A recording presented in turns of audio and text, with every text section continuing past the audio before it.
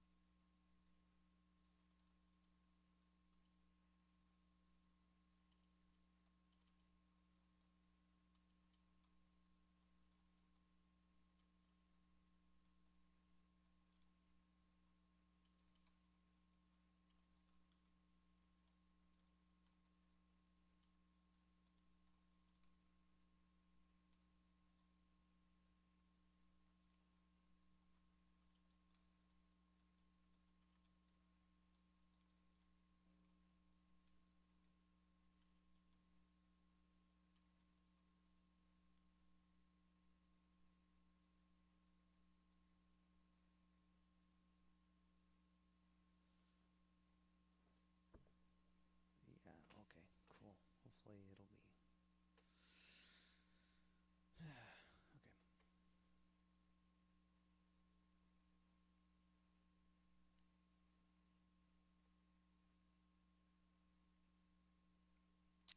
Let's get this going.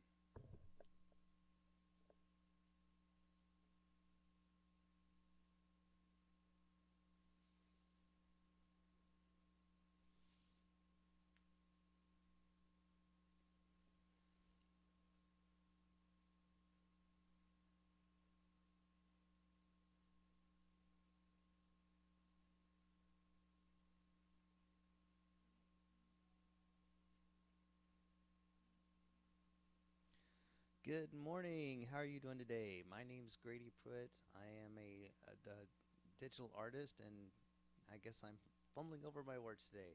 So, how are you doing today? I'm having a great day so far today. It's a beautiful Tuesday morning. This is May the 2nd, and I'm trying a little different time slot from what I have done in the past. I started with it yesterday, and I'm going to continue through it for the rest of this month, or at least uh, for now.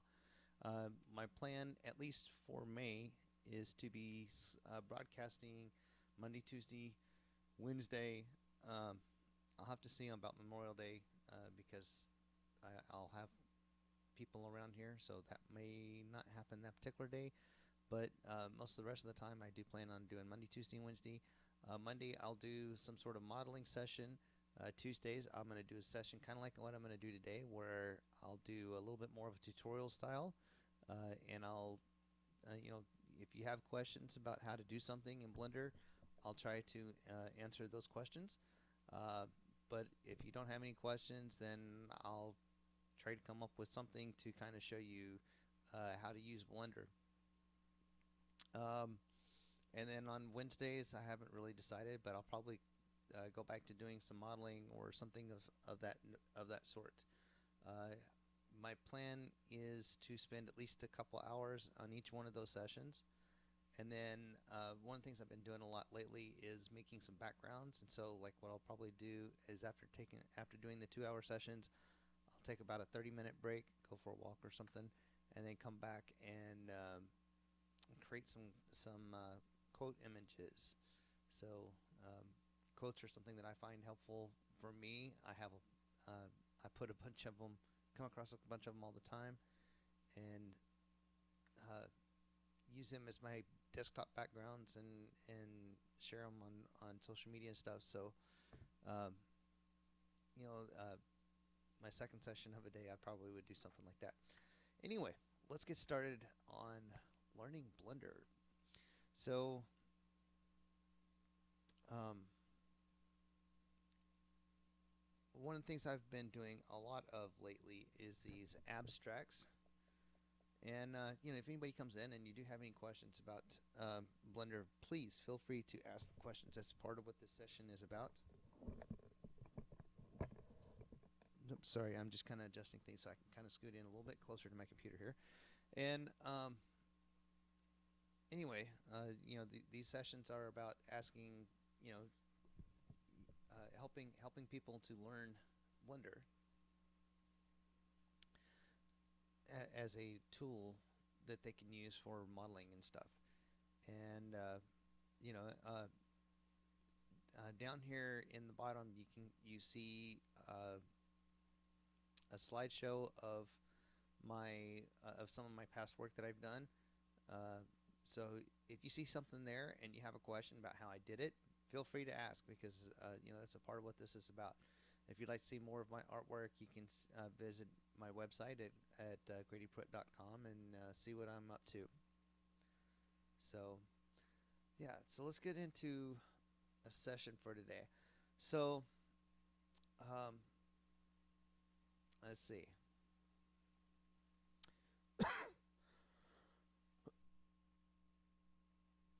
Pardon me there. That one kind of snuck up on me. One of the things that came out in the most recent version of Blender, something I've kind of been having a lot of fun with. Not so much in the last couple of weeks, but I have had a lot of fun with it in some time, and that is the Draw Curves tool. It is a tool that you can use to draw a curve. You can use and you can use this curve for anything. You can use it to create a path through your scene. Let me undo that. Like, say, example, you have a cube here, and then you have a sphere over here, and we have a monkey. Where are you, monkey? There we are. Have a monkey over here, and you just kind of want to create a path along this. Well, you could use the Draw Curves tool to do that. What I've been using the Draw Curves tool for is to create knots. And it's actually, the Draw Curves tool is actually perfect for something like that. So, and it's a great way to demonstrate how easy it is to use this curve, to use this tool. One reason why you might want to use knots, particularly like something like an overhand knot, is whenever you're doing curtains, like these right here to my left. Let's see. These right here, these curtains over here beside me that you kind of see the edge of.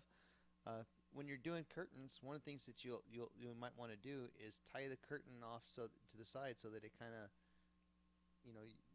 because it's something that you normally do with curtains, right? You tie them up, put them off to the side so you can see out the window, right? Well, doing those knots like that is something that is perfect for using curves. So just to show you an example, I have created a curve, and I don't need these 2 points right there, so I'm going to go ahead and delete them. What we're going to do is we're going to come over here to the Options tab. No. Sorry. The Create tab. And if there's any Blender developers that kind of, I don't know, if you happen to see this, something I was thinking about that might make this whole I love the tabs idea. The one problem I have, especially if I have like a whole bunch of them like I do here, like they become unreadable. And if you could just make it so that at least the active tab, you can completely read what's on the text, that would be awesome.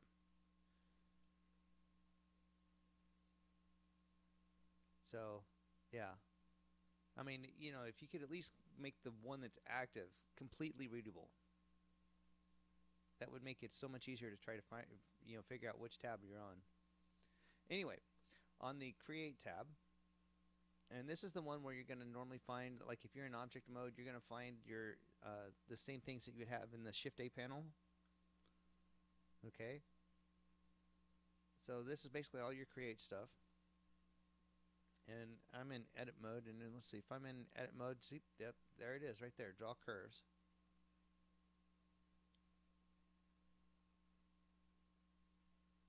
Hmm. And once you have the curve, sorry, I just saw something there I hadn't noticed before. Once you have the curve, it's just a matter of drawing the shape that you want. Okay, so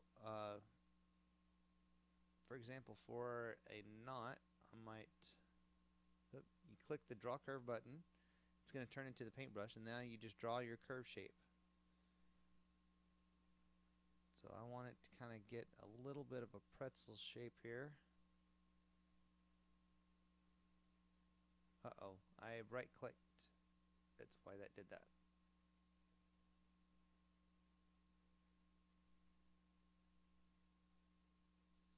For this particular knot, I'm using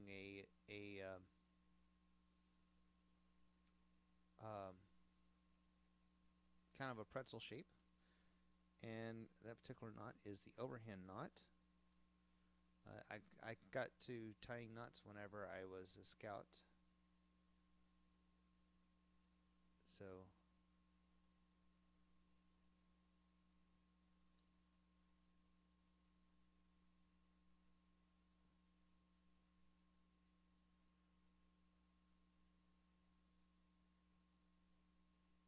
huh.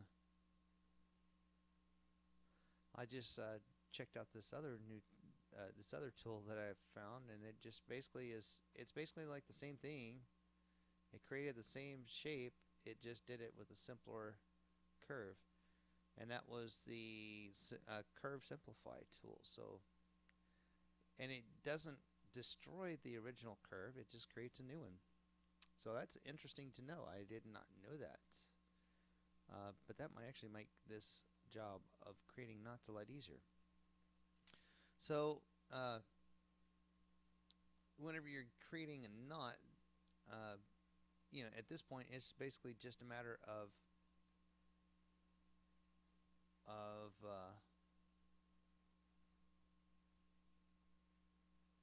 there we go. Got to switch it over to 3D so that it'll actually work. Um, it's just a matter of moving these up and down.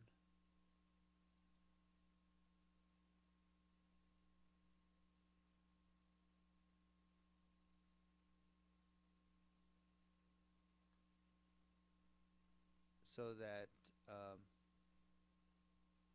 yeah, I'm gonna go back to the other one because it's got everything already set up right. You can barely hear me. Oh, is that is that a little better?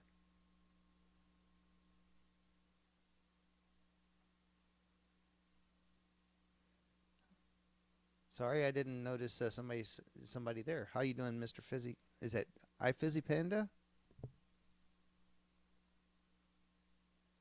I'm doing pretty good today. Yeah, I just didn't have it all the way up on my. I had one of my controls down a little bit lower than I needed to. So how are you doing today? Do you do 3D modeling?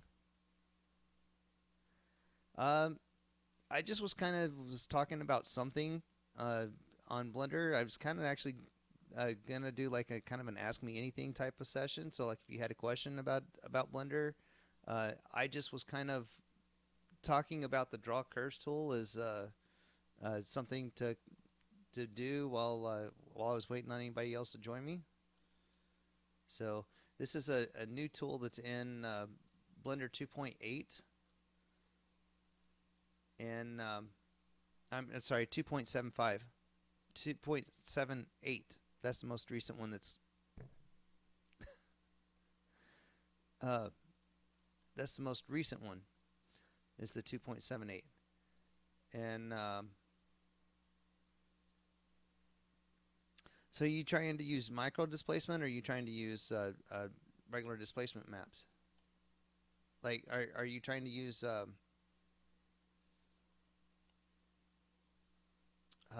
displacement modifier?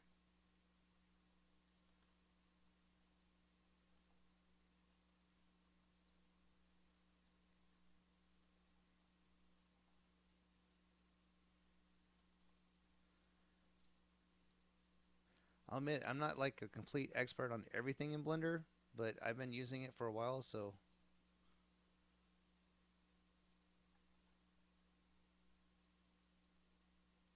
I've used a lot of the tools at some point or another.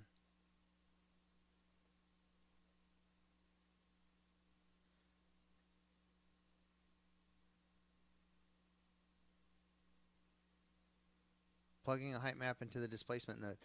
Okay, yeah. Okay, so in 2.78, micro displacement is an experimental feature. Hold on, let me just take. Let me just add a bevel here and change this over to full. There we go. I'm just gonna tweak this here for just a moment here, so I can kind of get a little bit, so it's not intersecting.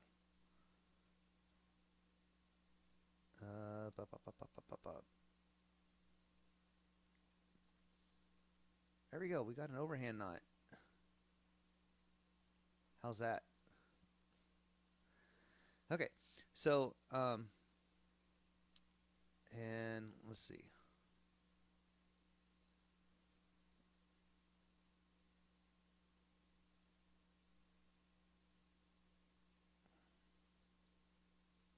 There we go. That just kind of smooths it out a little bit. Yeah, that's one of the things I really like about this curve modifier. The draw curves tool, it makes creating these types of things like super easy.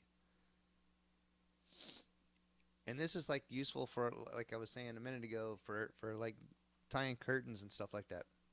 But anyway, um, you were asking about the displacement modifier, um, or the displacement maps. I'm going to add in a texture here, and it's not going to matter whether you're creating the texture.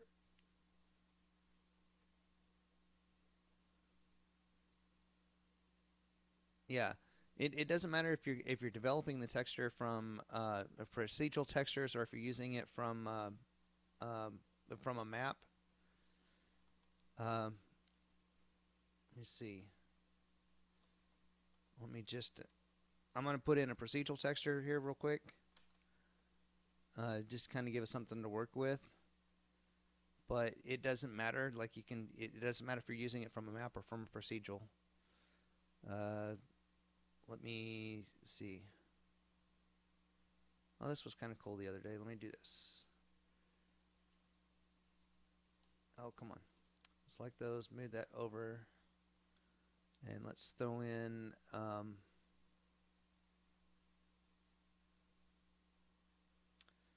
going to put in color ramp here. Change that over to constant, and we'll just throw in a few flags here.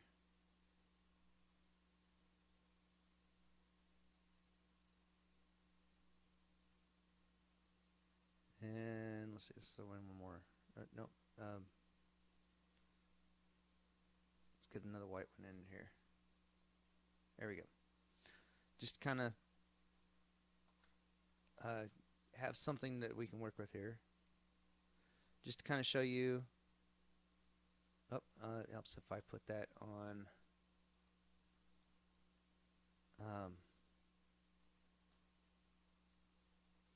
I'm just going to switch this over to object,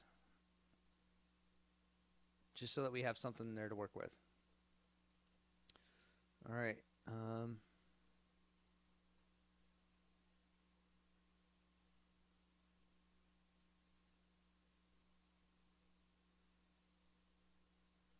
Okay, so we have a texture pattern here, right?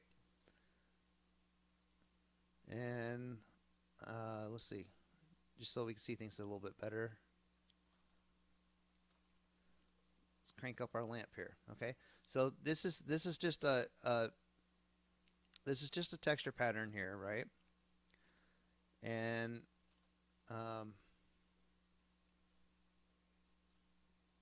like I said, it doesn't matter if you're using a procedural or if you're using a map. Just you got your texture that you developed here. And if you just take that and plug it into displacement without any color, you're going to get this right here. Okay, that's the default behavior within Blender. Okay, but if you're wanting to take advantage of micro displacement, that is an experimental feature right now in 2.78. Although possibly with 2.8, it will be when they're taking advantage of the new OpenGL, I think it is. I always get the ones confused. But whenever they get when they get to the 2.8, it's going to be updated in some of the code that they're using, and it's my understanding that this will no longer be experimental.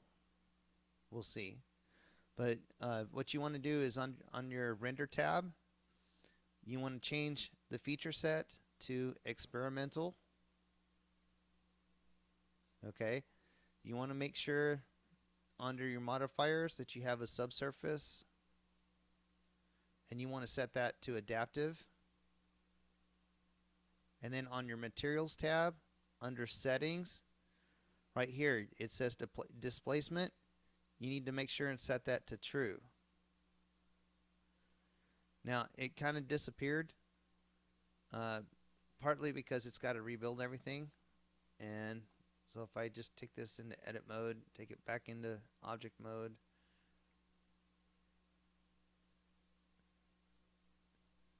it's really distorted, but you see that it's already got the displacement in there.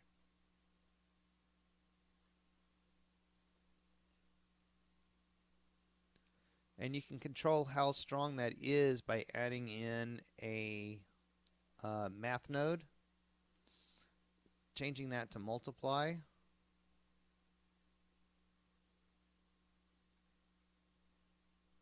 And then currently you have to kind of go into edit mode, go into object mode to get it to work.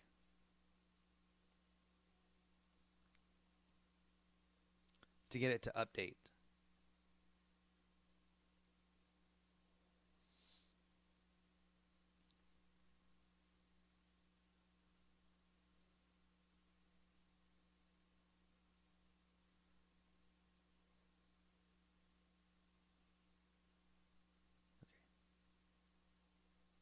Sorry, I was just checking to see if this was lagging a lot. I don't think it is at this point because it's not like heavily detailed like I usually do.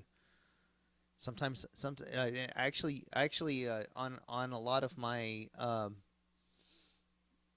abstracts that I've done lately, that you'll see down here in the slideshow, that's exactly the micro displacement is what I've been using on those.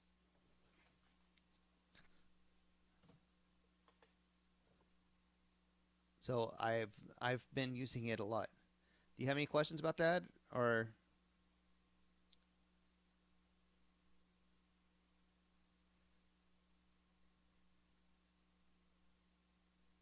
But yeah, if you just have if you just have it into the displacement and you have it set to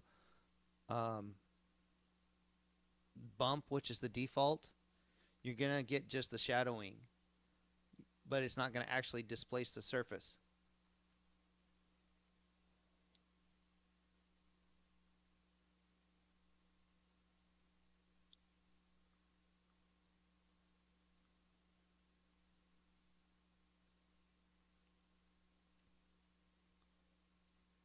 It just disappeared.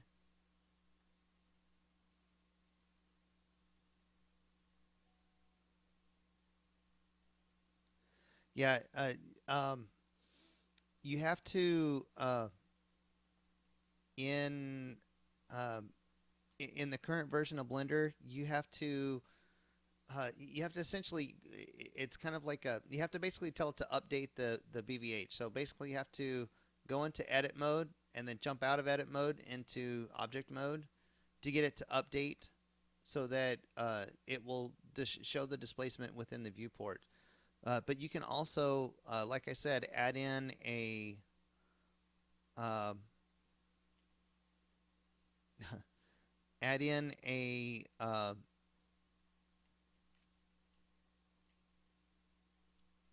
the math node and set it to multiply. Uh, in my case, I have this. I have a black and white texture, so that is by default really strong anyway. Um, Let me see. If I take this and were to set this to, uh, let's say 0.4, and let's say we set this one to 0.5, and then we set this one to uh, 0.3, and then we set this one to 0.5. Actually, wait, set this one to 0.6. And then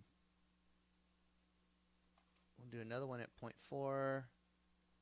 And then bring this one to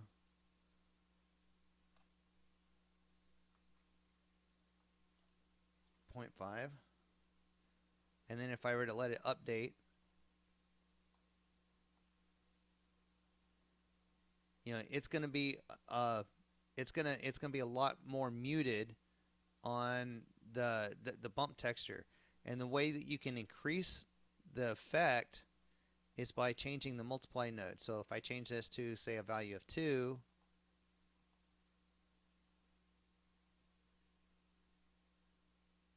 then it's going to make that value stronger again.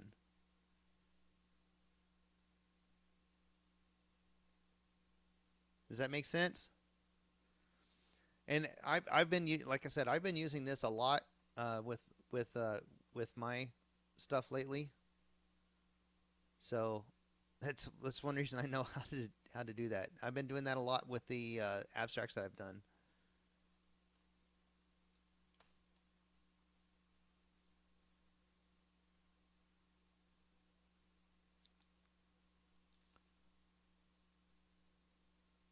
Sorry, just trying to let it render out. And you can kind of see in the render, it actually, you can see it a little better. It's a little cleaner, a little smoother than it is in the viewport. Because I have the viewport set to uh, one level. I can excuse me, I could turn that up and it would be smoother in the viewport. But it also makes the viewport a lot more laggy. But yeah, that's how you do it. You can set it to both, but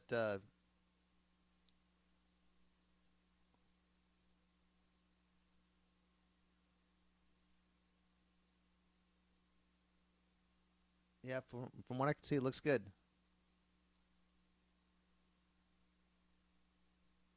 Yeah, like whenever you run a render, or if you tab into basically whenever you tab into edit mode and then tab out of edit mode, it updates the BVH and the viewport, and when it does that, then it allows you to see the bump. Yeah, and like I said, with this multiply value right here, you can that's how you can tweak it.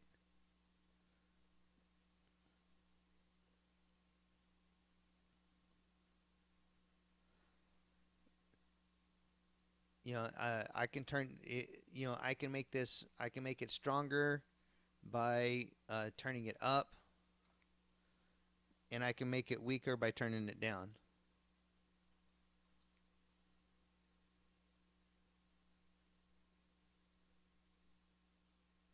Especially if you're working from one that's from a map, you might need to put a bit higher value than if you're working on something from uh, see, here's one where I blew the values way up,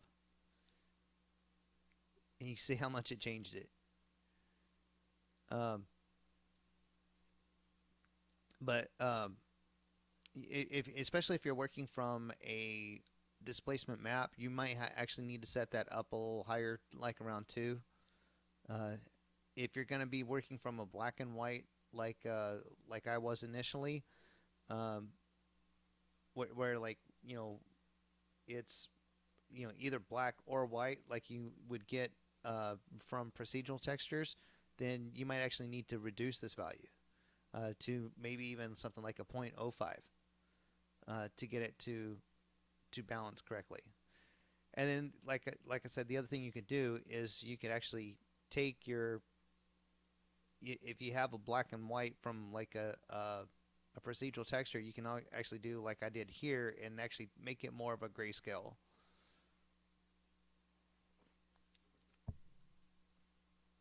if you want.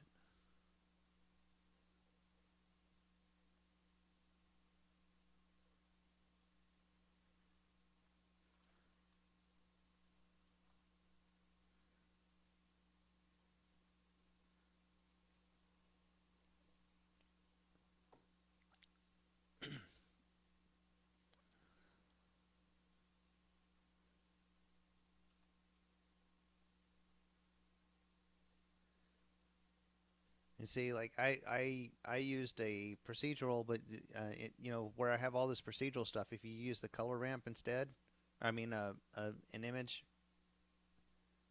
map instead, it basically does the exact same thing.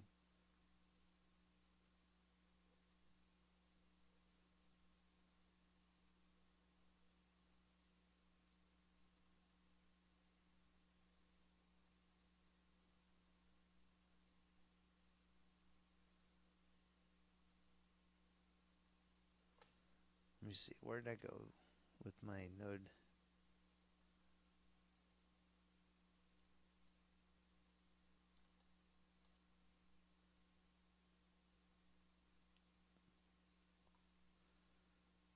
See, I'm just gonna throw in the CG Cookie PBR shader here.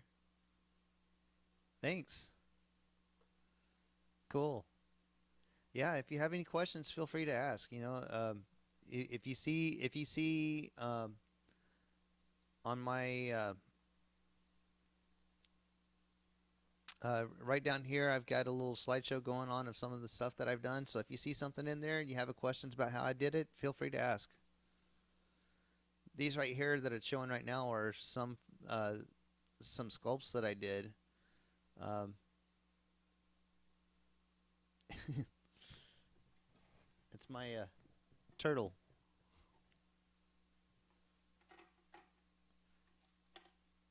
That's one of my favorites right here. This little poly Chihuahua cerebrus. I've been doing some low polys as well as the. I dub thee a knight of the realm. Thank you for the follow. Always kind of surprises me whenever I hear that, especially if I'm watching somebody else's. Whoops. Especially if I'm watching somebody else's stream. Like I'll have my program up and that I used to stream with, and like I'll hear that I'm like, wait, what? Huh?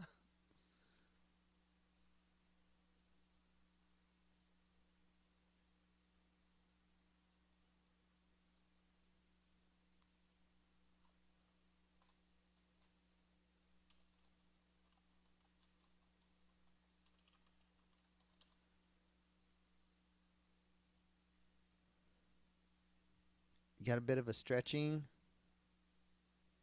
Stretching is usually due to a problem with the UV map. Um, there's a couple of things that can cause stretching. Yeah. Um,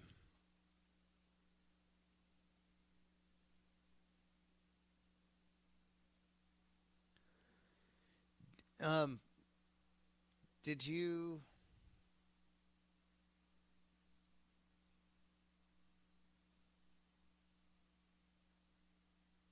Hmm.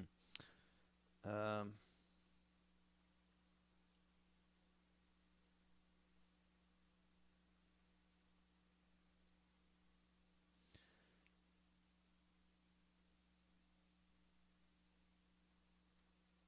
Yeah.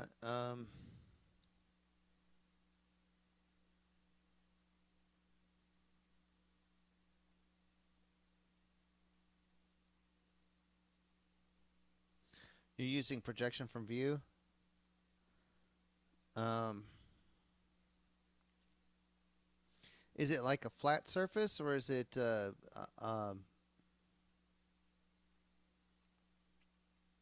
is it like a flat plane or uh, um, is it like an object like a cube?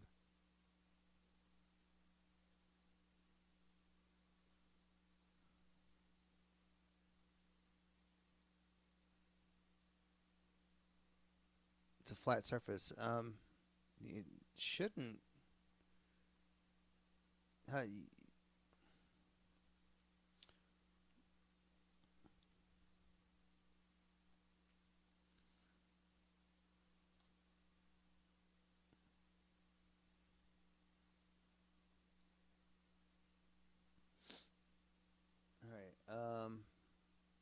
But you have it kind of modeled in there. Um,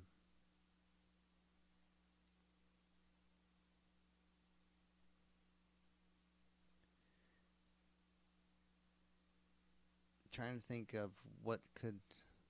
Um,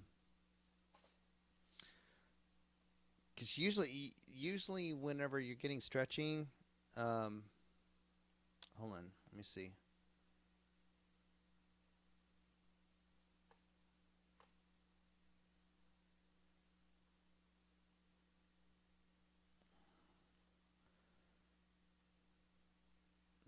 Let me see.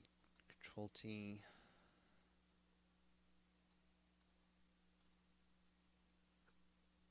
Let me just pull in something here. Um,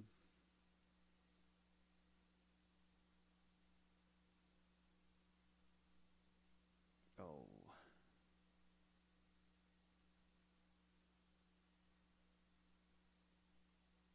I know I've got some image textures. I just got to find where I have them stored at.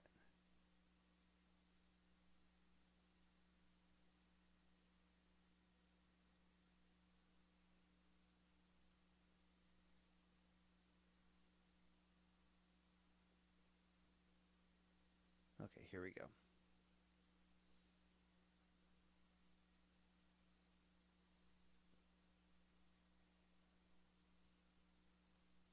Um, just as an example here. Hello, Marcelo. How are you doing today? If you have any questions, feel free to ask. I'm trying to answer questions as much as I can. I I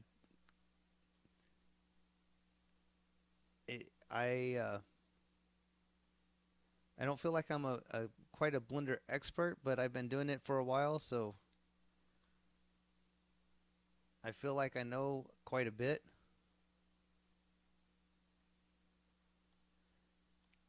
But let me see. Usually, whenever we're getting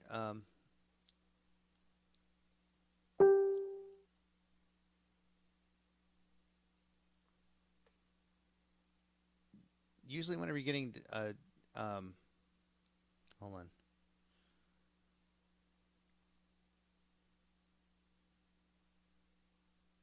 No,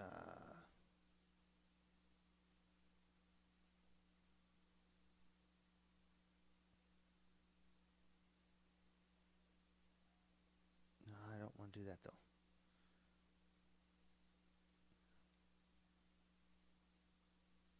That's okay.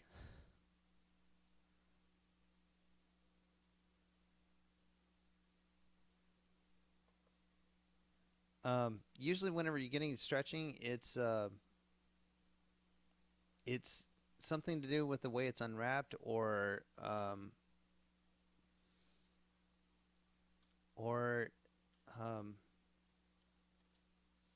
the way that you have seams and stuff.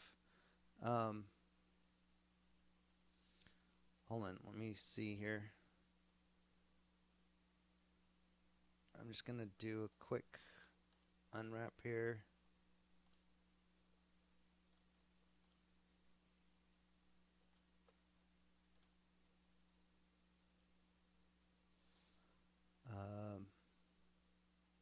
Mark seam and unwrap. And let's see, UV editing. There we go.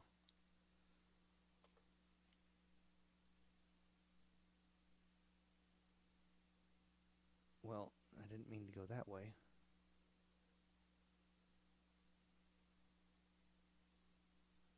Yeah, okay. Whatever.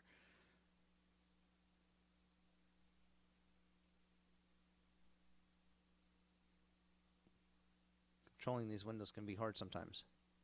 All right, here we go. Node. Um,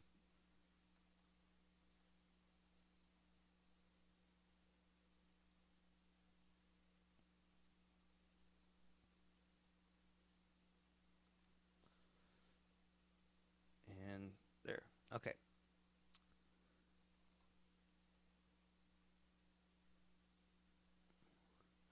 Okay, so right now I have this UV unwrapped with the cube, right?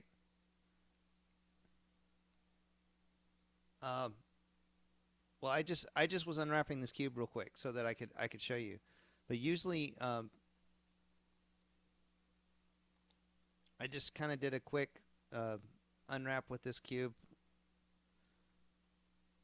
But say like you take one of these, like say you take one of these faces and it somehow gets scaled.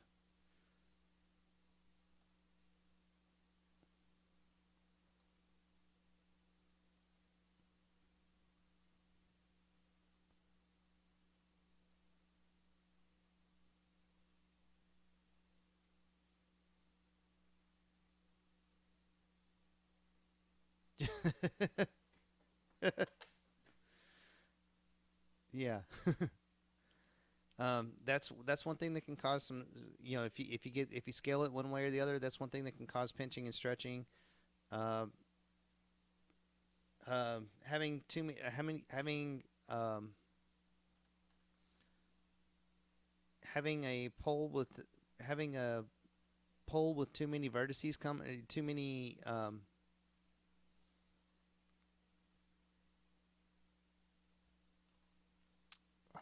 what am I thinking of?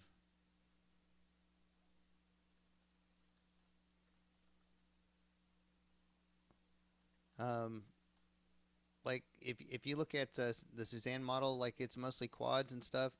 If you have like a like right here, you've got 5 vertices coming off of, or 5 edges coming off of a vertex. If you got more than that, that can cause some pinching and stretching. Um, Sometimes even project from view isn't necessarily perfect whenever it comes to unwrapping either. So sometimes that could be introducing in some stretching somehow.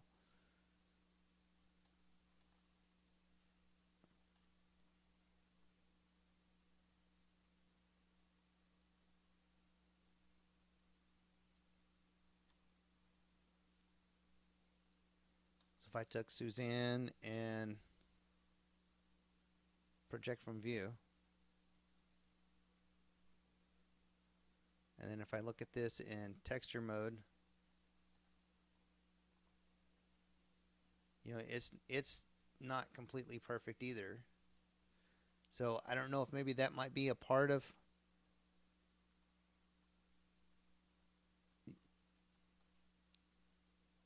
I don't know if.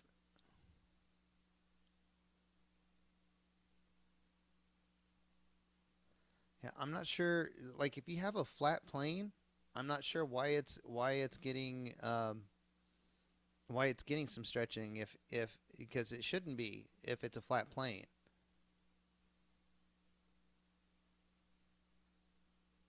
Like if it's a flat plane and you're getting some stretching, uh, the odds are there's something with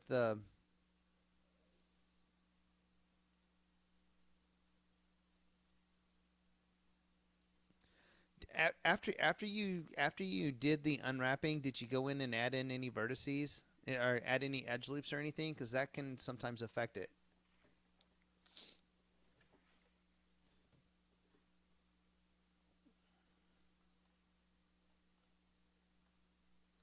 Like for example, like if we took the cube and then I added in an edge loop right here, and then like moved that edge loop, you see how that caused the stretching right there?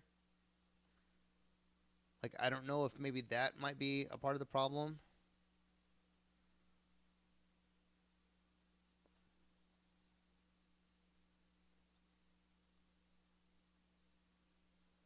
Hmm. If it's the same as when you unwrapped it, because see, like if I take this again and unwrap it, then it resets everything. So I don't know. It shouldn't.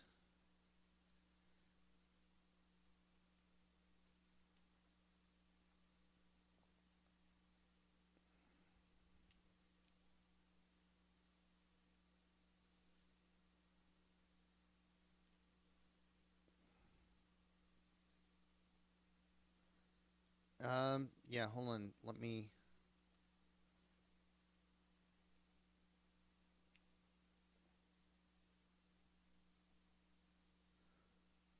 Ah, there we go. That's better.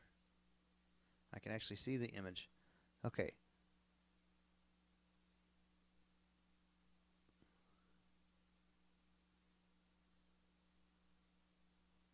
Yeah, it doesn't look like it's stretched there,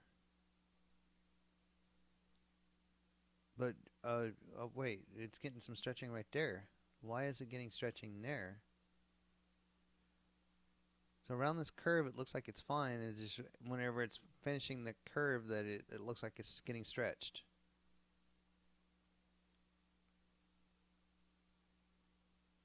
Well, that is weird.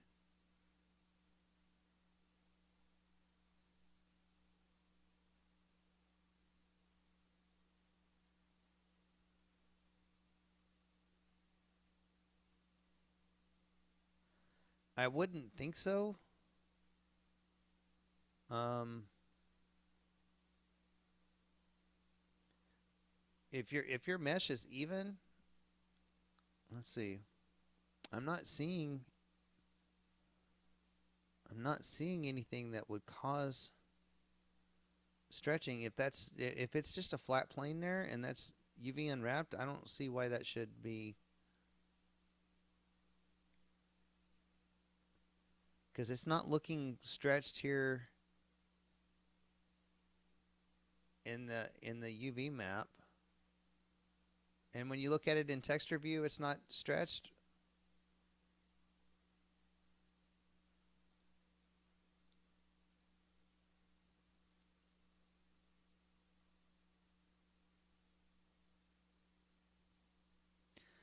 I have to admit, Marcelo, I haven't done a whole lot of UV unwrapping of complex objects, um, but you don't necessarily have to keep them welded. Um, you can have them as their own separate islands. I've done that before in some of my stuff that I have UV unwrapped.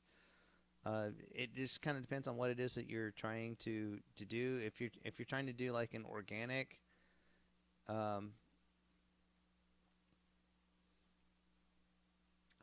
I'm not super familiar with all the ins and outs of doing UV unwrapping. I just uh, I haven't done like most of the stuff that I've done.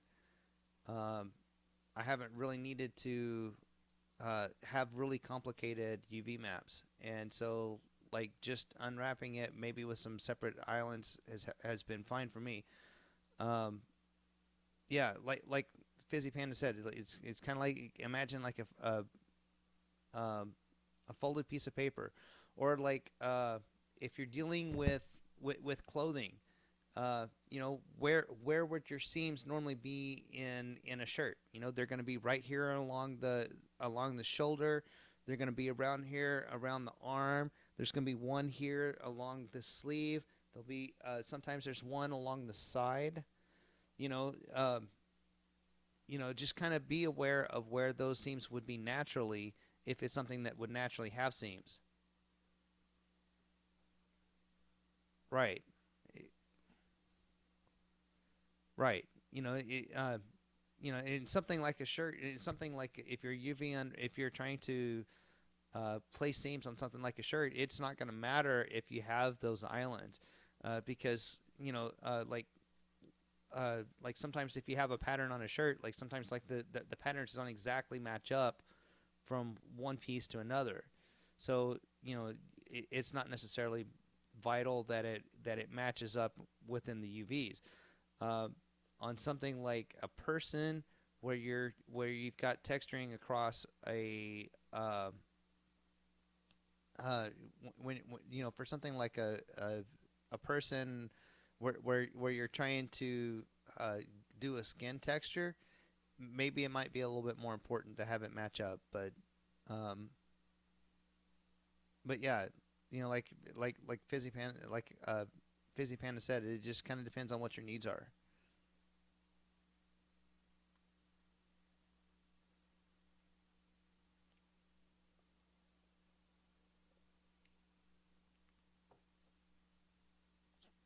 Um, and I try to whenever I am trying to UV unwrap something kind of complicated, um, I'll use something as a guide.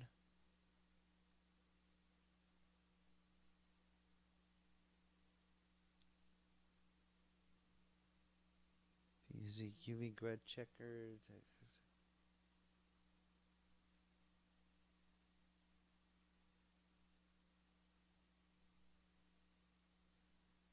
If you use a UV grid checker, text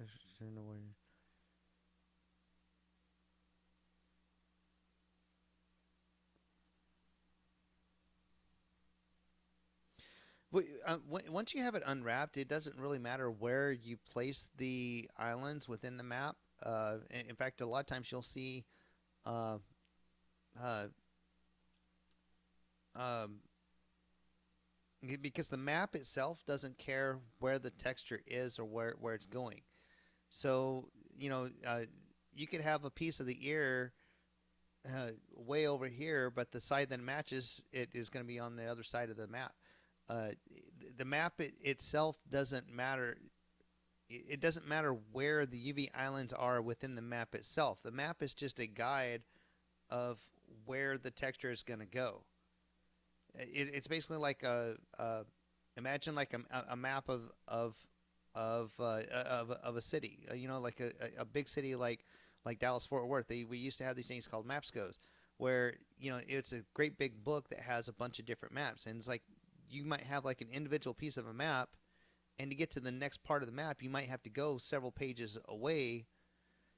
It doesn't matter as long as you go to the right spot in the map to be able to get to where you're going. Well, it's the same thing with the UV textures. It doesn't matter where on the map it's placed. It's just a guide for the texture of where it's going to go. So you know, uh, it doesn't necessarily uh, have to be the island doesn't necessarily have to be next to the piece that it goes next to. Um, where you see the welding and stuff going on is it's usually uh, trying to help you minimize the things like what he's experiencing over here with the stretching and stuff like that. It's my understanding. It's like it's something that they use to help minimize pinching and stretching whenever you have a complex uh, when you have a complex object like a Suzanne or a human head. That's where you're going to see them using welding and stuff. And like I said, I admit I'm not a huge expert on UV unwrapping because I haven't done a whole lot of it. But whenever I have done it, it's been, I've been unwrapping things like a desk or a table or that's relatively, or like a shirt that's got some natural seams to it anyway. So it's not been real critical that I have things smooth so that I can so that it uh, doesn't have the pinching and stretching as much. I mean, I have done one character that I've taken all the way through through the entire process, but that's really about it that I've done everything on.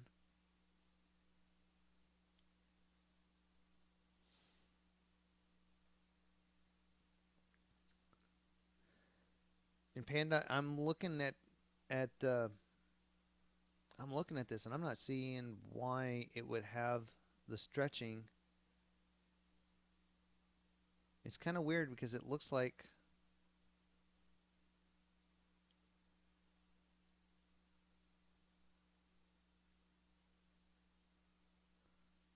it almost looks like the stretching is right after it comes out of this curve.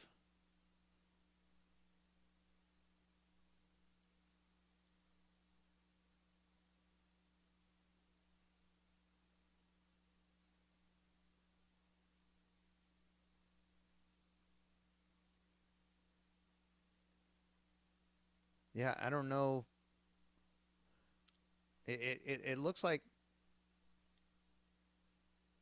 I mean, it shouldn't be, but I don't know why it would have been doing that.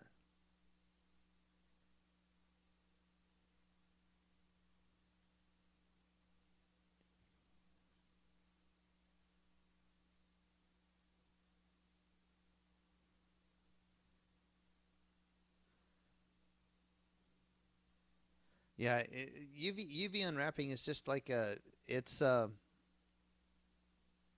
it's a back and forth process. Just um for example, like when I did this cube here,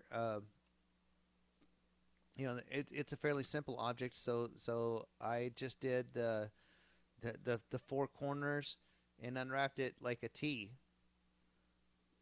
like I did over here. It could be something as simple as that. Um, and like I said, if you wanted to do something like clothing, um, hold on, let me just pull up.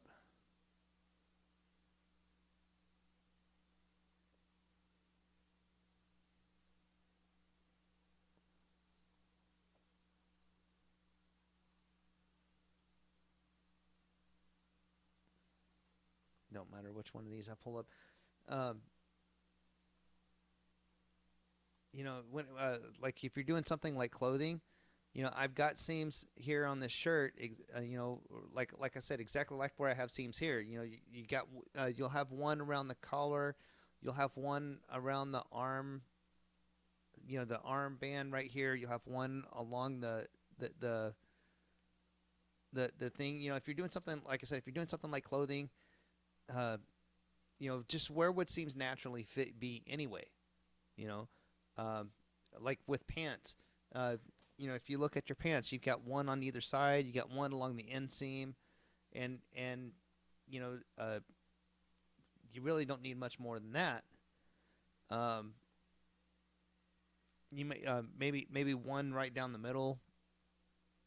Um, you know, uh, it just kind of depends on what object it is that you're trying to do as to how complex you need it to be. And then, like I said, when you're looking at the UV islands,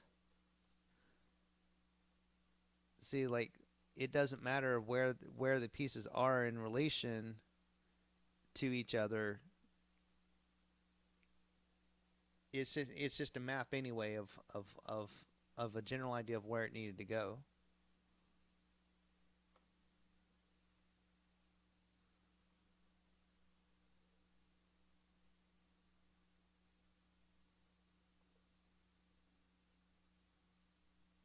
How would I unwrap Suzanne?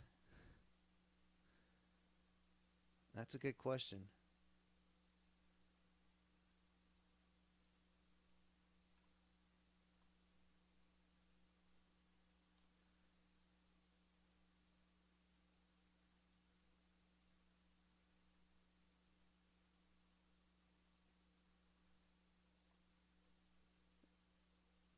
Um, let's see. Usually there's one.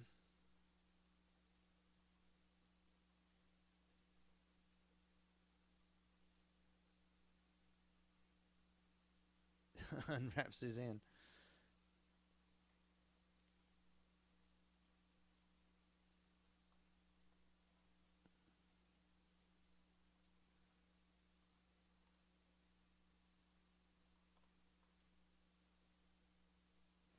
I mean, it just kind of depends on how complex you want to do it.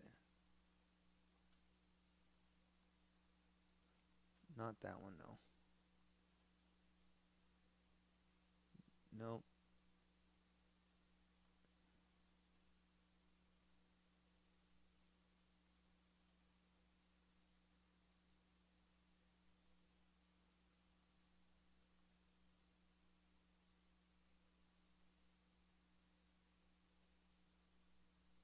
not that one.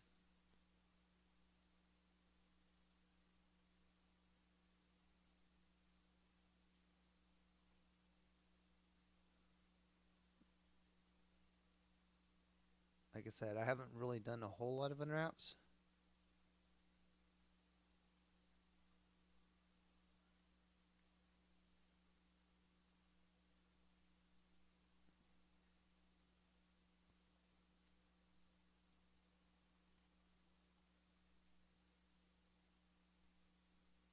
Let me see. Um,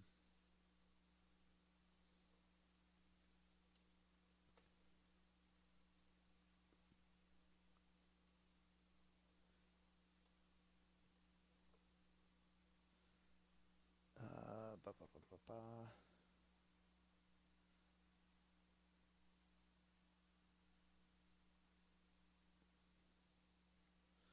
Okay.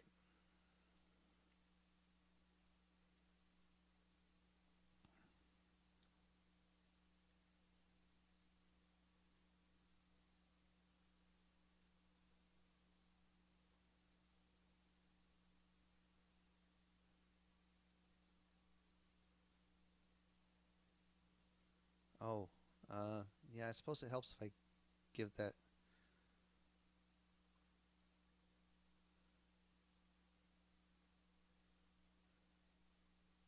Um,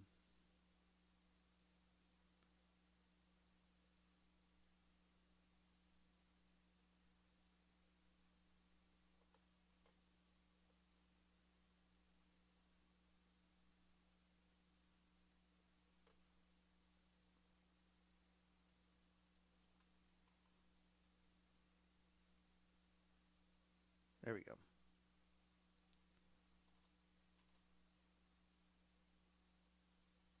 Now if I come over here, there we go. Um, yeah, it looks like we got some stretching there on the ear, so there is a way to do this so that it's live.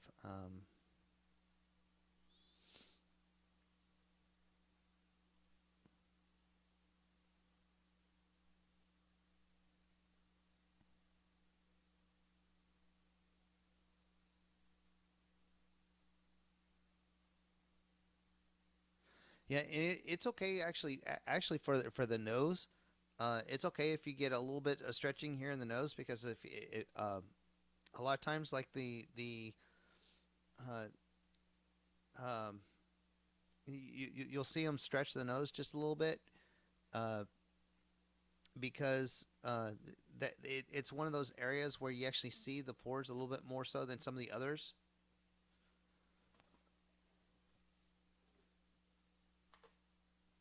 Yeah, there's also like a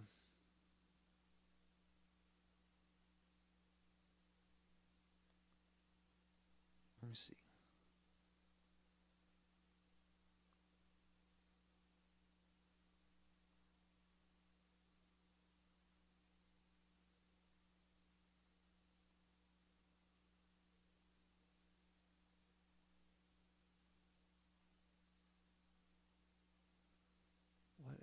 What am I looking for?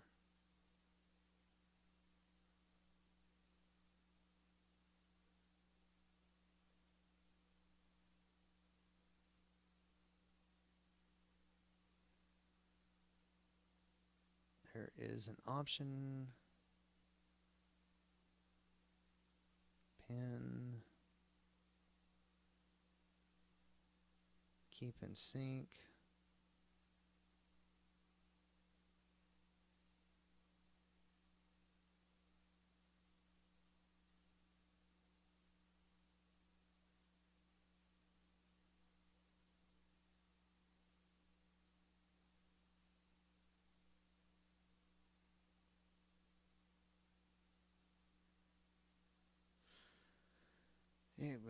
I know there was an option in there somewhere so it would automatically unwrap as you do it, and I just don't remember. Let me see. So I did around the ear, but we need to kind of do one along. Um,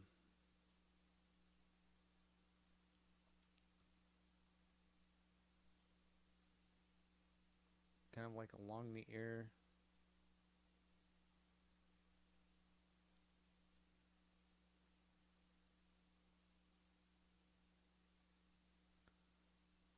And some of it kind of depends on how much detail you're going to have in that area too, because um, an area like the nose, you're not going to have a whole lot of detail in the actual geometry, but you're going to see a little bit more detail within the bumping, within the texture itself. So the stretching there is not as it's not as vital as some of the other areas.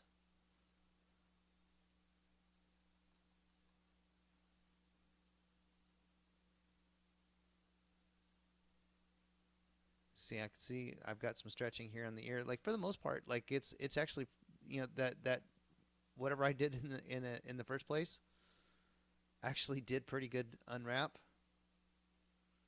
Um, Maybe a little bit of stretching here in the eyes, but not too much. Let's see for let's see. I always This always messes me up. There we go.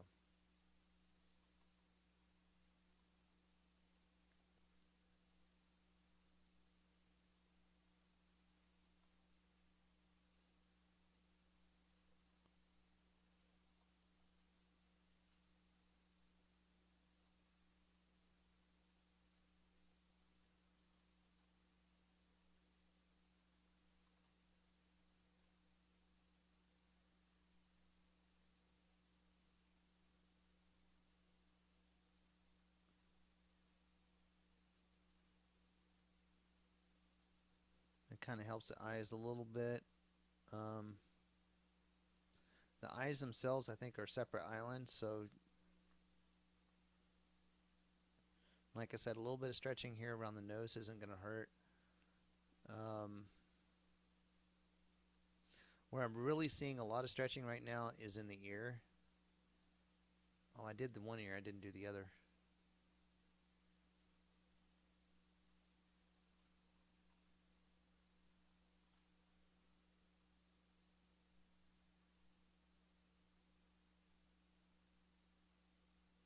Mark seam. There we are.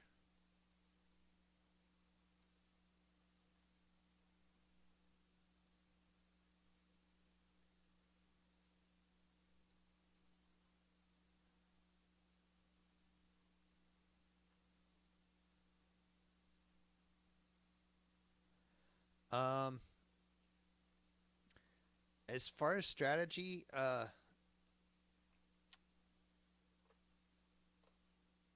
um, hold on. Let me see.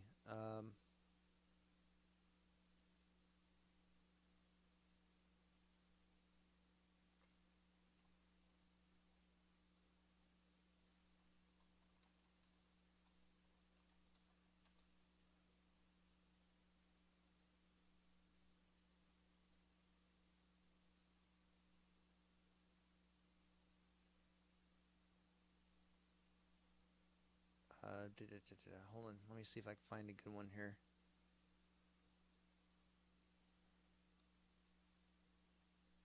I've seen some other people do this before, so that's kind of what I'm basing it on.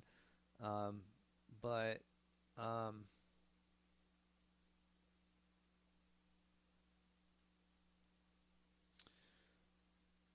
Trying to find a good one that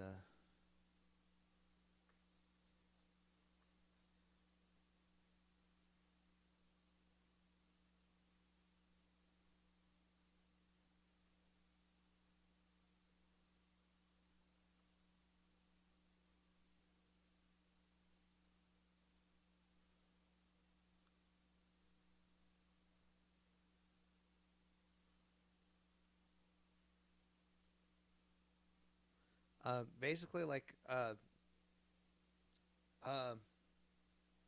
like for basic facial stuff, uh, one around the forehead, um, one along the back of the head, kind of like a T, like you basically have like a T, basically have like a T on your seam right here, so that right here, and then it splits down the back of the head, and then basically that will uh, unwrap this way. Uh, um, there's usually another one that separates the ears so that they actually have the ears as a separate object. Um, it just kind of depends on how much detail you really need. I'm just not finding a good.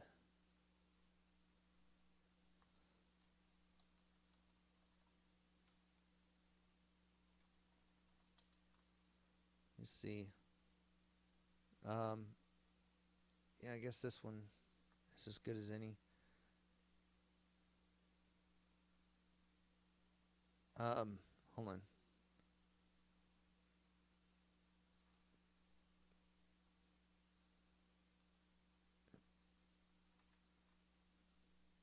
Which one did that switch to?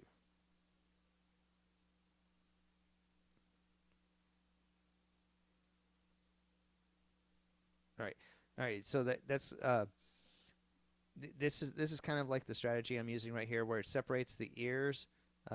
There's a loop. I actually deleted the lower part right here because it went all the way around the face. You don't necessarily need that all the way around the face, but uh, if you see here, it's got the one going around the back of the head. Um, this is probably a little bit more of an evenly divided, split the face in half. Um, as far as like the ears, just trying to go along the edges. Um,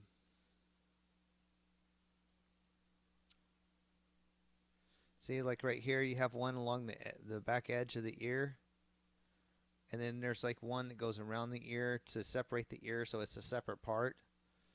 At least as far as the UV. Um, that's just kind of the strategy I was using on this particular one.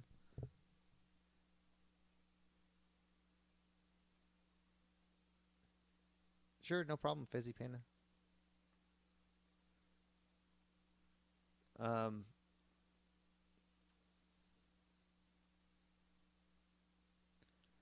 I don't really use Cinema 4D very much. I typically use a program called Blender more than Cinema 4D.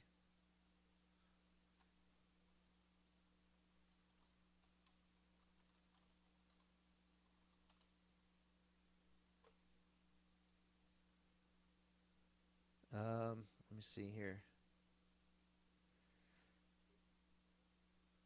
See, here's one with the UV layout where um, you see it's got the ears separated out. It looks like they got another little piece here separated out. I'm guessing this is like the neck area. But if you just kind of do some searching for on Google for some UV layouts, or a lot of what I've learned on how to set up a UV layout and stuff is from CG Cookie. They have a lot of really great tutorials, even in the archives.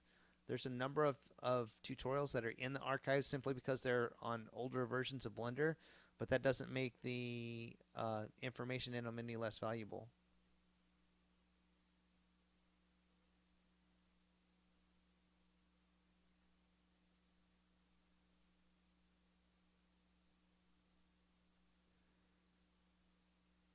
Yeah, it kind of depends on like if you're doing something like a character,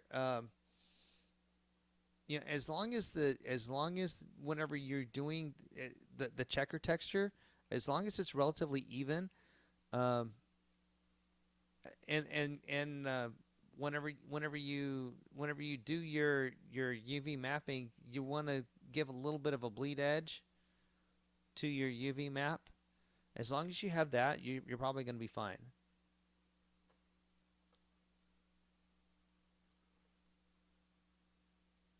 Let me just take a look at this here.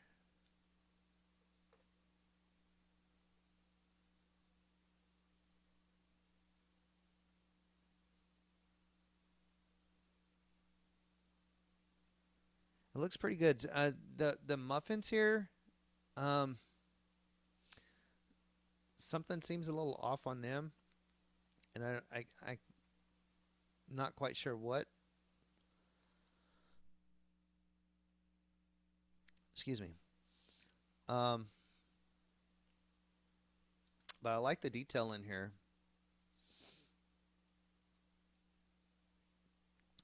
The labels on the wine bottles look a little blank. This is a little bit better than a lot of our AV pieces that I see. A lot of AV pieces that I see, like they seem so bare because they don't feel lived in. Like this has got a bunch of stuff that at least you got the flowers here. You've got the flower canisters back here in the background and the cookie jar. You've got the knives. You got stuff that makes it feel like it's lived in. Uh, it's just something about, and I don't know what it is, but there's something about the texturing on these muffins that seems a little off.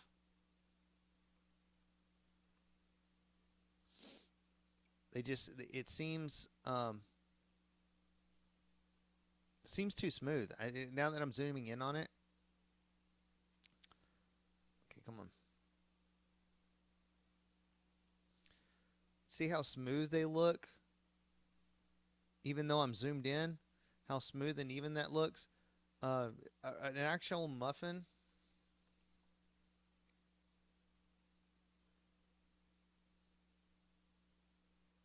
Uh,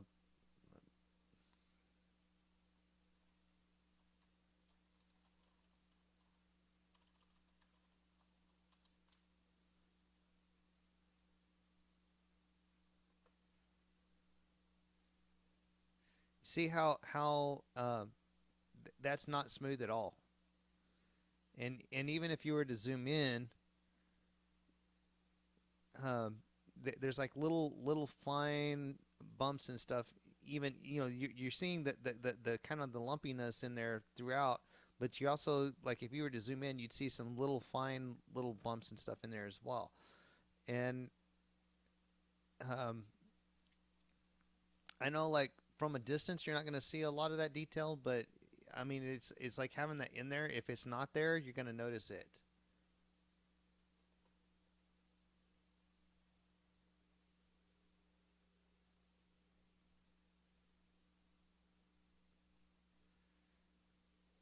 See what I mean?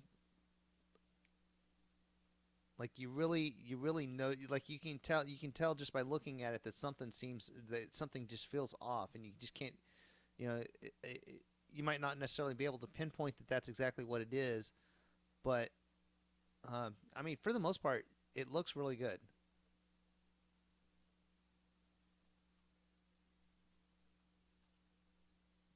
But just like some few tweaks here and there, and that could be a really nice piece.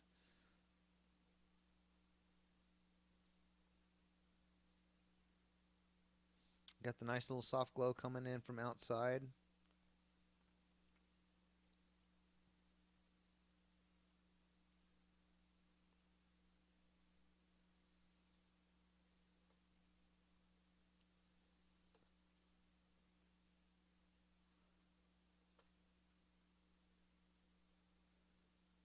Yeah, and you can tell that the labels here on the wine bottles are blank. And actually, now that I'm kind of zooming in on it, these right here, something seems off on them. Like they're not made out of glass, but that they're um,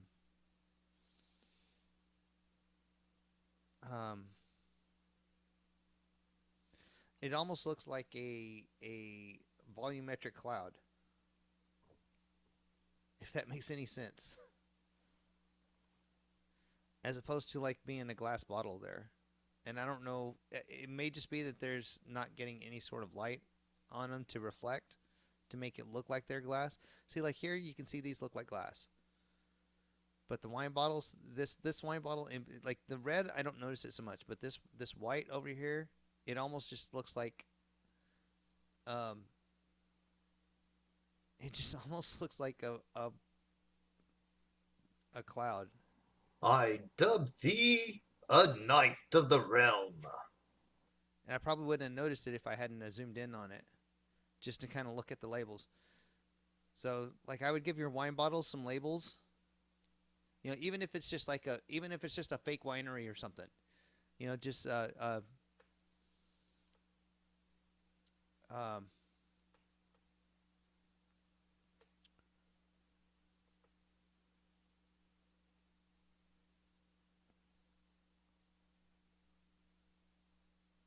nope. Oh, sorry.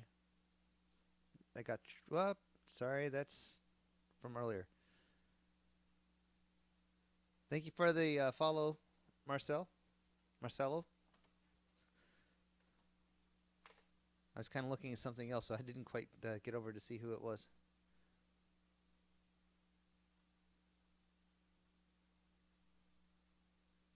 But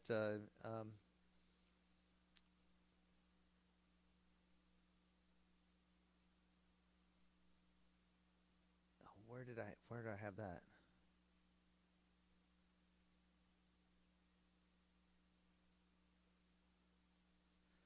See, I have so many things on here now. I forget where I place things sometimes.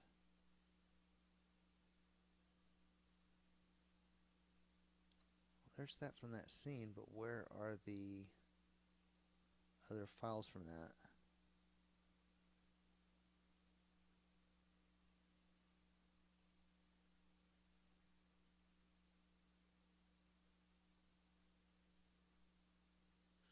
Okay, I must not have.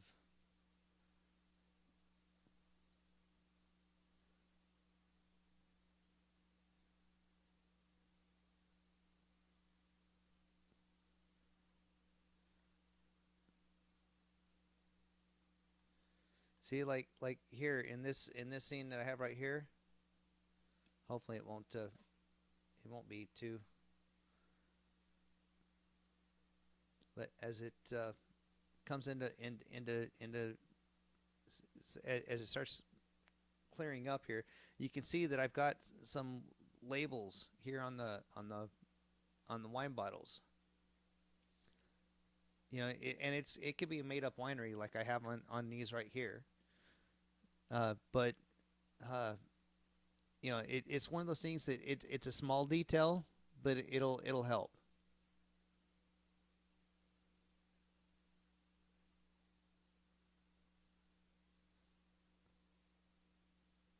It'll help sell. It'll help. You know, just because you can kind of see it down there in the bottom, and it's like one of those things that maybe a lot of people aren't going to pay attention to because it is down at the bottom of the image and kind of like half out of view. But it's one of those things that like when you see just the empty label there, you're gonna notice something odd about it. But if you have a label on it like one of these, then um, then it helps to sell that part of the image just a little bit. And if you look at this bottle right here, you can kind of see what I'm talking about with the one that's in the white wine that you have down there. Uh, you can see how this one looks like it's made out of glass. Now, granted, this one is up more where the light is bouncing off of it, but let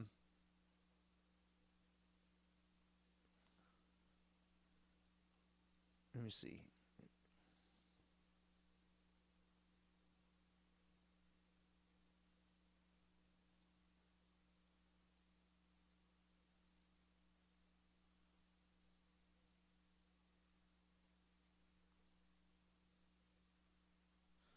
I'm just going to duplicate this bottle over here.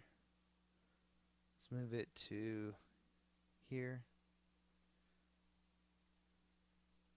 Okay, and then I'm going to duplicate this one more time. And let's see. Let me just duplicate that.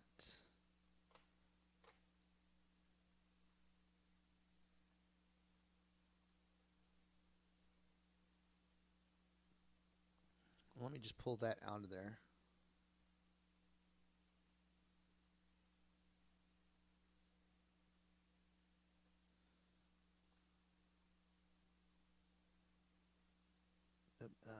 Where are my lights and stuff?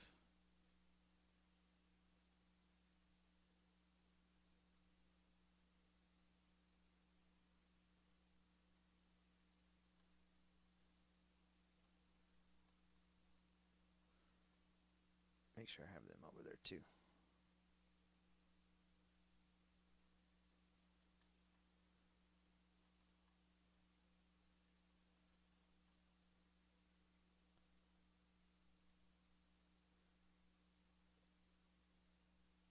You see?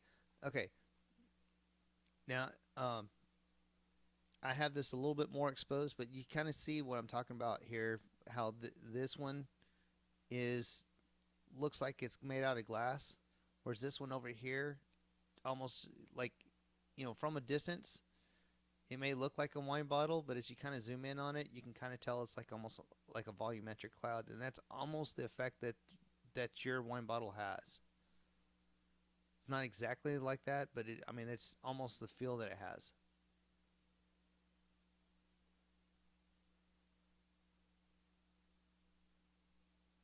And I don't know if it's just because there's not any light reflecting off of it or what, but that's just kind of like the feel that it has is like it's just like this volumetric cloud.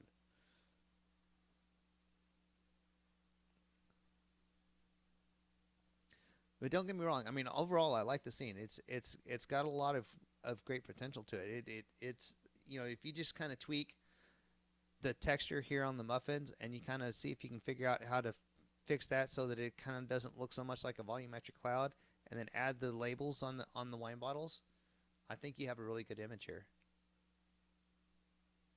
This is a lot better than a lot of them that I see, and like so many of the architecture AV pieces that I see on uh, on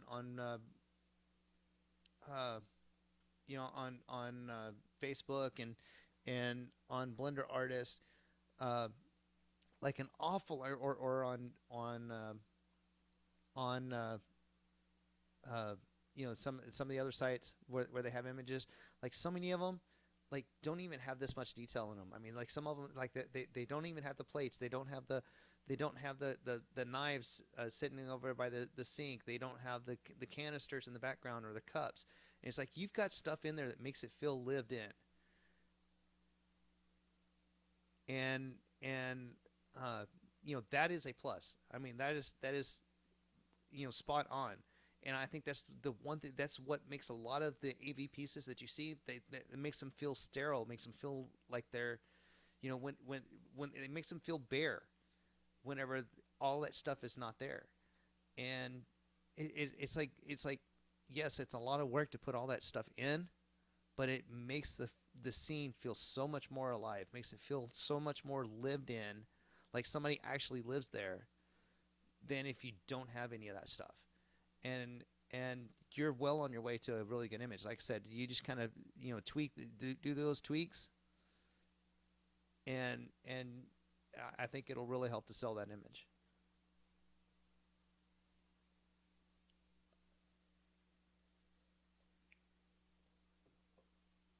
Wow, is it that late already?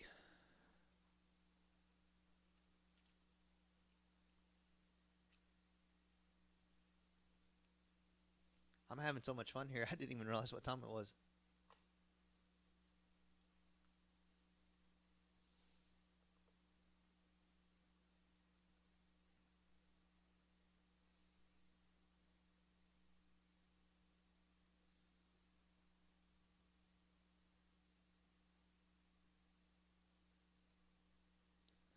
Yeah, well, whether it's for an image or an animation, it doesn't matter. I mean, you know, if like I said, I see so many AV anime, even just even just a still image, whether it's for an animation or not.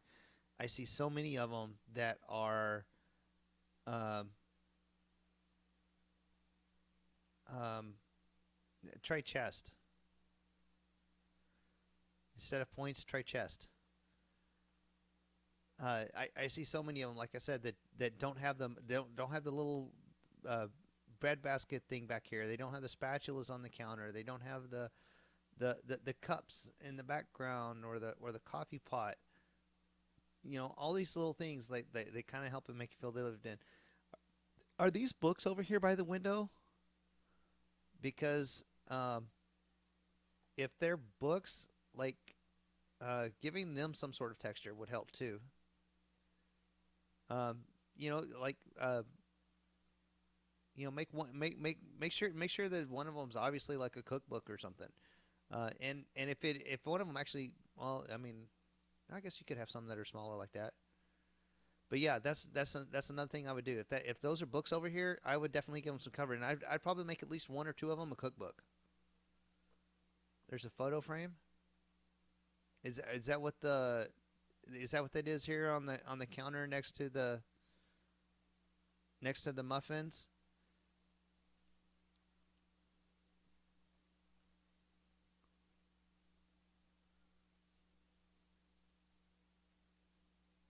Yeah, adding an image in that would probably help too.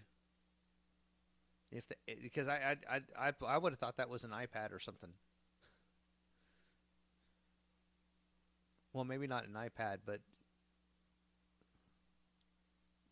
the photo framing's out of frame.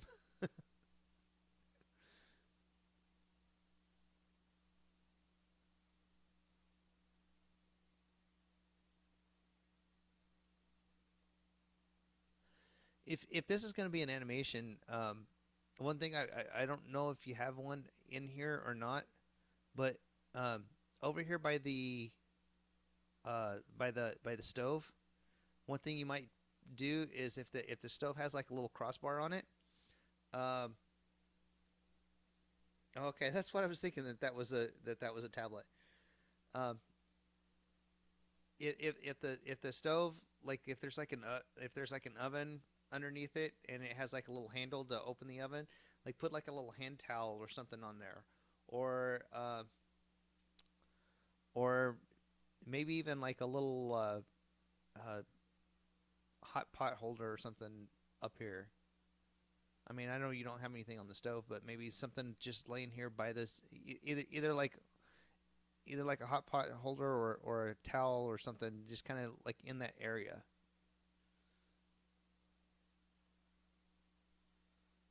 It'd be one of those things that you would normally see in a kitchen that it'd be that extra touch that most people wouldn't put into an image, but it would be that extra little touch that would help to sell.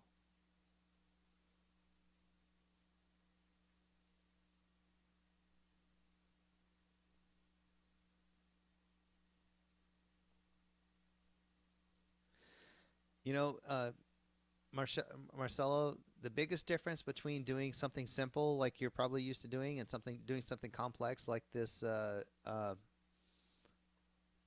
scene that we've been talking about with Fizzy Panda is the thing that Fizzy Panda has here is a bunch of little projects that are combined together into one big project. And that's all it is. If you just break it down into one piece at a time, you can build a complex scene even with some simple geometry. In fact, there's probably not very much in here that was really complicated to do modeling wise. You know, there's probably a lot more texturing in this than anything. But for the most part, like it looks like most of the stuff is fairly simple geometrically.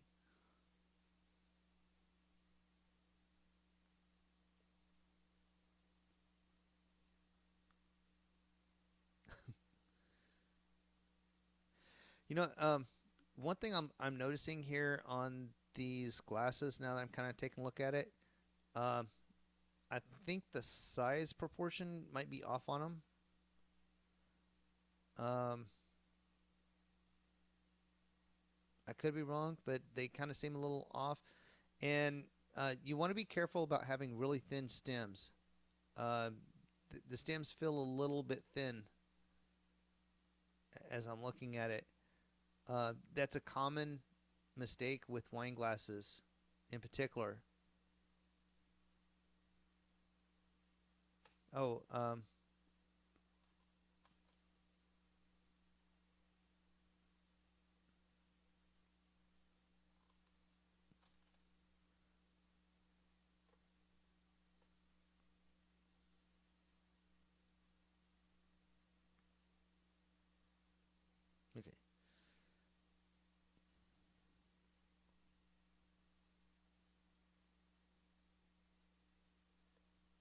There you go. It should be up there now. Yeah, I have a Discord as well. I don't have a lot on there right now, but I do have a Discord. Um, the wine glasses here, the stems kind of seem a little thin. Um,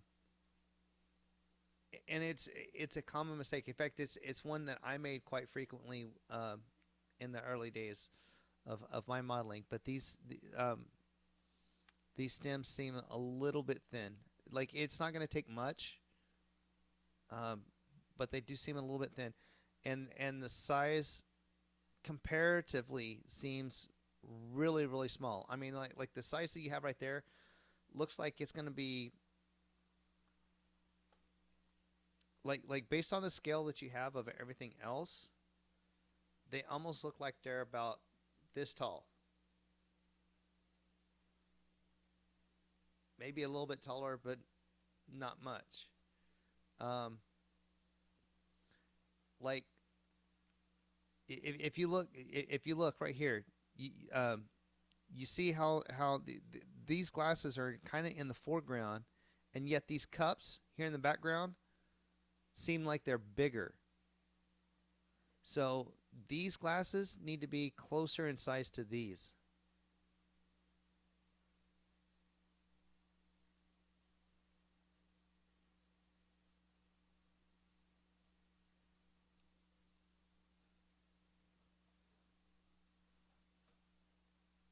At least the cup part of it needs to be.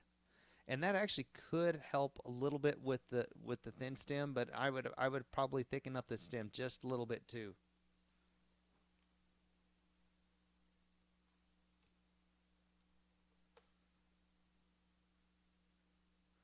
Yeah, and these bottles they should actually almost be about as tall as this plant here.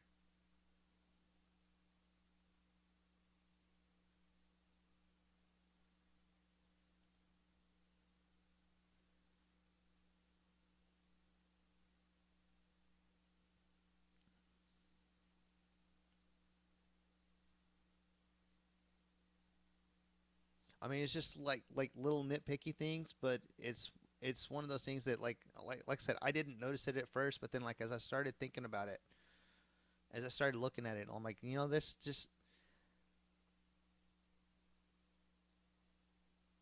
I mean, they look right in comparison to this stuff right here. So like if it wasn't for the stuff in the background, you probably wouldn't notice the size on these right here. But with this stuff here in the background, you are going to notice the size difference on these. So it's like they should be relatively close to the same size.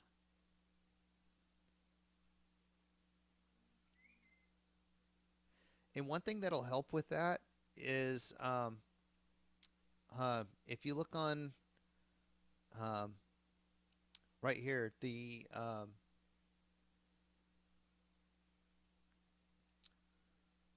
scene tab, look under units. There's an option here for imperial, metric, or none. Uh, I typically will tend to model with metric just because it's easy to uh, uh, even though I'm in the U.S. and we're used to more inches and feet, it just helps to kind of ground things into it's easier to make the measurements in metric than it is in imperial and convert it to blender units, I think. So that's one of the reasons why, at least whenever it comes to my modeling, I measure in metric. Uh, that's also why I have a tape measure that uh, has both metric and inches on it. And like most of your wine glasses are going to be probably about 8 to 9 inches tall, just to kind of give you an idea. So they're going to sit up like off the like if they were on top of the counter, they'd be up about like that.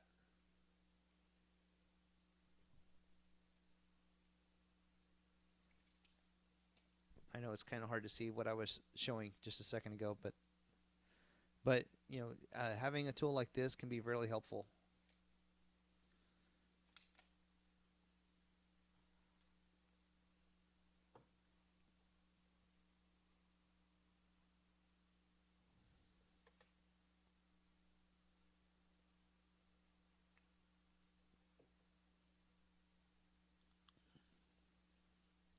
And when I started using the real world measurements like that, and you could even um,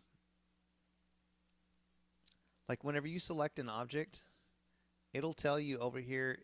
You can see the scale, but it'll also tell you here in the dimensions what the real world measurements are. And this is actually probably a really bad scene to do that with because I didn't actually do that one to scale. But let me see, where's something that I do have to scale?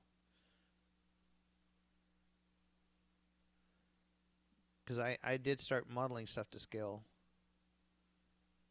Um, oh, I know. In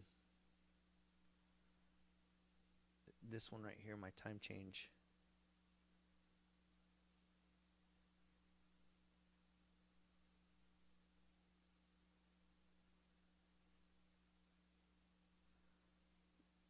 Well, that's not the entire. Well, go to the older one, even though it's not as good, I don't think.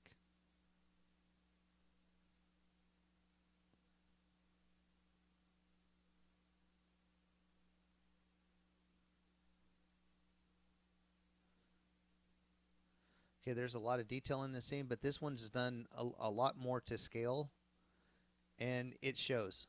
You know, you can see, like you select the object here. Whoa, what just happened?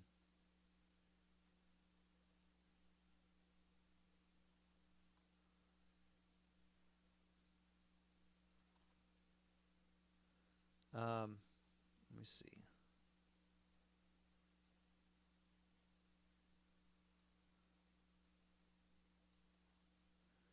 When you have your object selected, it'll show you the dimensions and stuff, and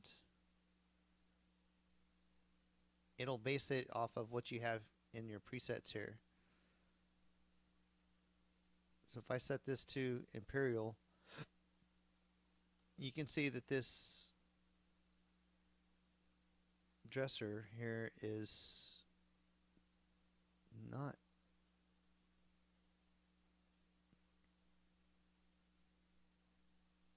showing its size. It's probably because I got it imported from another. I've got it linked to from another file.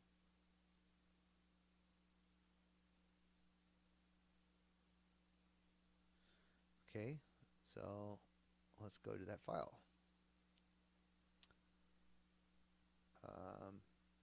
Nightstand, here we are. Okay, here's the nightstand. And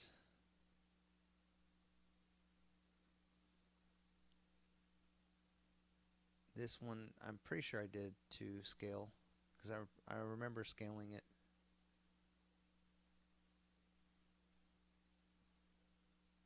Yeah, it's about um,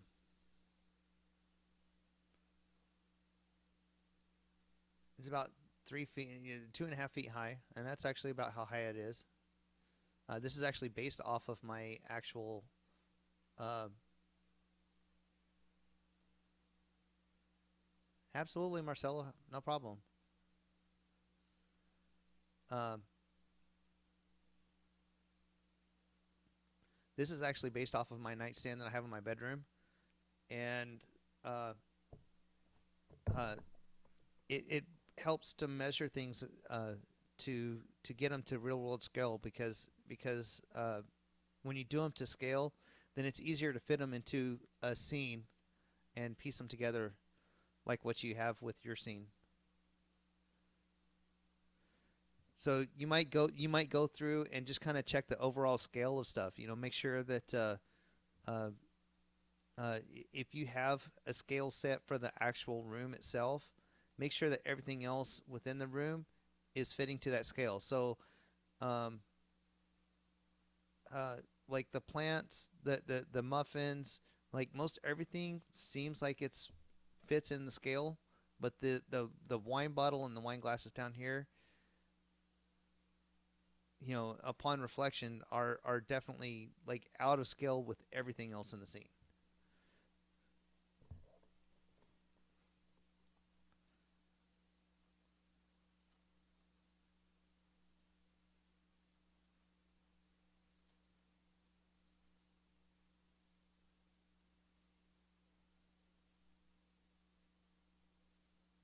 But that's pretty much what I would say. You know, um, I mean, I know I've said a lot here, but the books, the wine bottle labels, the scale, and making sure that it's a little bit more of a glass, and then the muffins here. You fix those things, and I don't know if you have any translucency on the flour, but the flowers usually have a little bit of a translucency to them. So that needs it needs a little bit of that.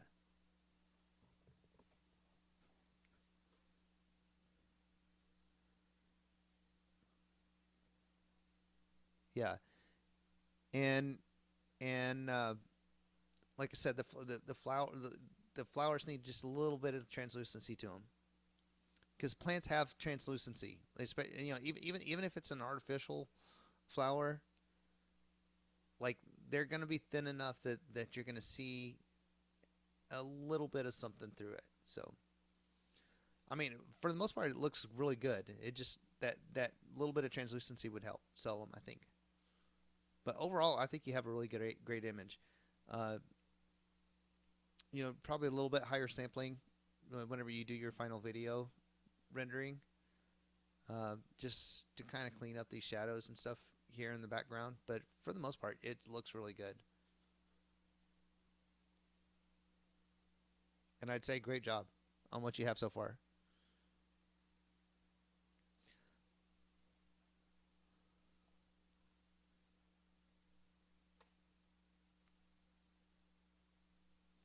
And I'd be willing to bet that Andrew Price, if he were to evaluate this, would probably say a lot of the same things that I said. He might point out a few other things, but those would be the primary things I bet he would point out.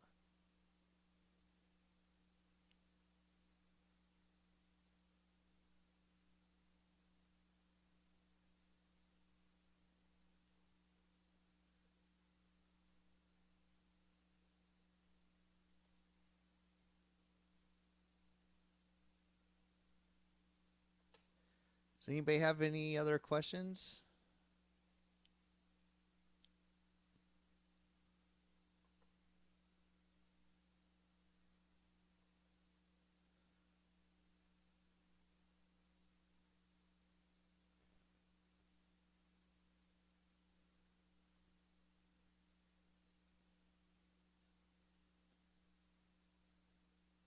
Absolutely.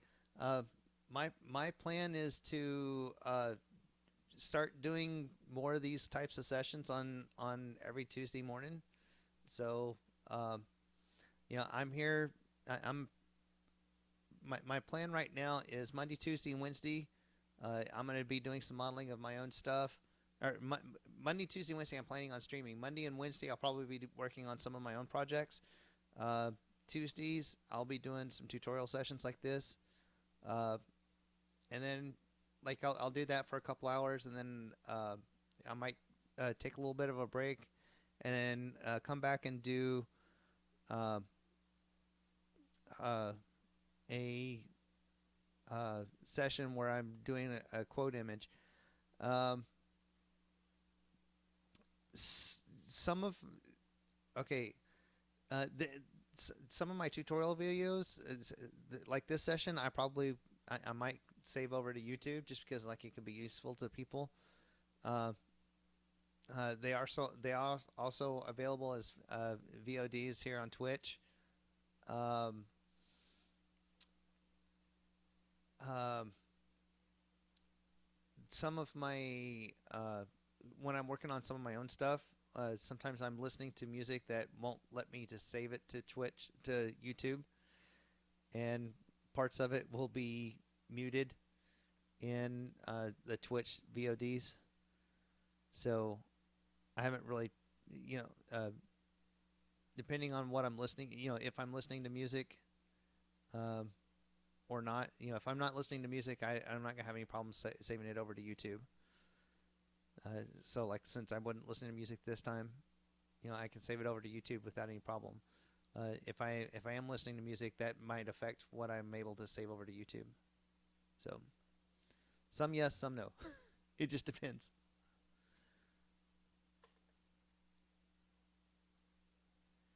And I think I'm Grady Pruitt over there too. I like pretty much everywhere.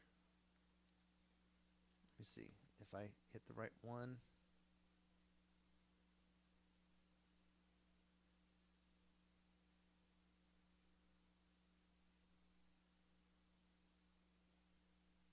No.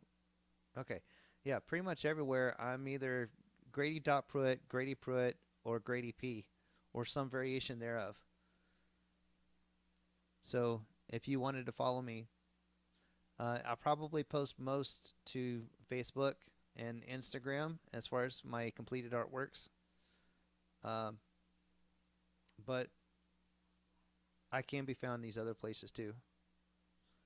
Whenever I remember to go check them. And then here on Twitch is Grady P73. Well, and on Periscope it's the same as Twitter, so Grady Pruitt.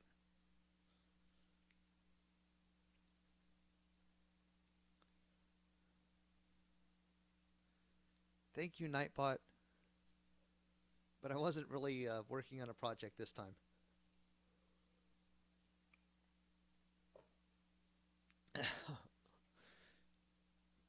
It was funny. One day I was working on a project. I had just had a Blender crash and had just done a recovery. And the first thing I do, I look over at chat, and Nightbot's reminding me if I've saved recently. Great times. Anyway,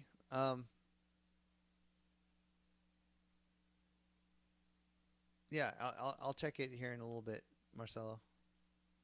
I might go for a walk here in just a minute, but then whenever I come back, I'll check him before I uh, do what I was going to do a little bit later. Like I said, I also like to do some quote images, and so I'm probably going to come back on in about a half hour and work on one of those. Uh, if you want to watch, but that's really about all I was going to do for today. Let's see what we got. Who do we have going on right now?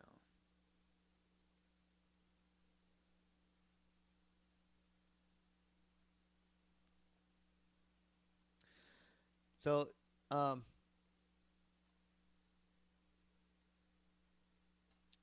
I know we kind of primarily use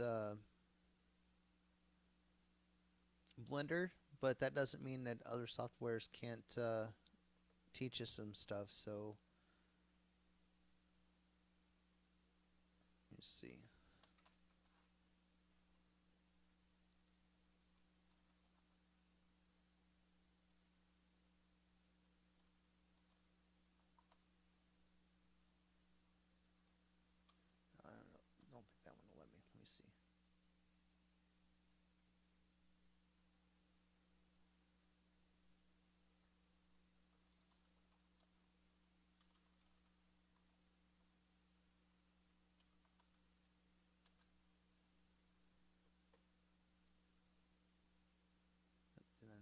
it right.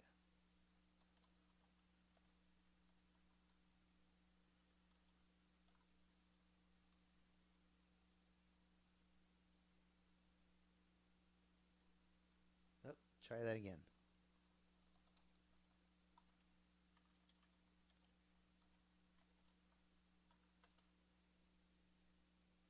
There you go. Y'all have a great evening.